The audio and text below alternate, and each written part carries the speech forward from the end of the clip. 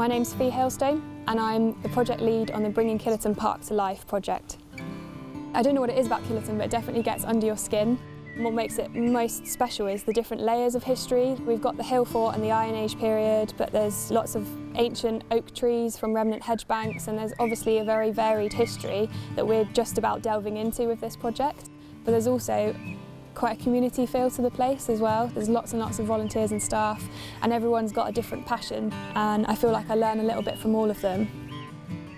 When I first met Fi, she was a new volunteer straight out of university with an ecological background. Towards the end of my year as a volunteer, I got more and more involved with this project and just got to learn the parkland and its habitat and its people, and got my job from the back of that. So I was in the right place in the right time and very lucky. She now manages this project. The project was initially set up to do three main things: to restore two scheduled monuments in the park, the hill fort and the two deer park pales which run off of the hill fort, and they're both about 1 kilometre long each, both of which were on the at-risk register when we started. The second thing was to restore wood pasture habitat within the parkland and give life to all of those fantastic veteran trees that we have at Killerton. And the third thing was improving visitor experience in the park, getting people out and about more, up the hill from the house, and just exploring further really. In the first winter of the project we did our main chunk of forestry work.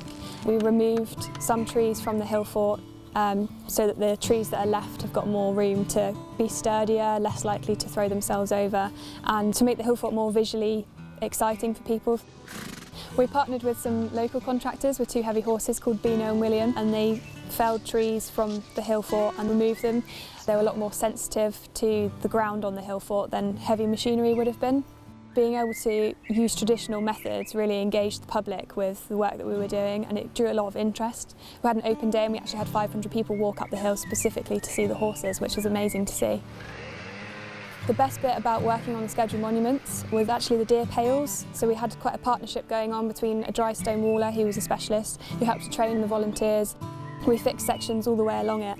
It was quite a big step change all in one go, and so a lot of the work at that time was communicating with our visitors and our local people, telling them why we were doing it, why it was important that we did do it, and what it was going to look like in the long term.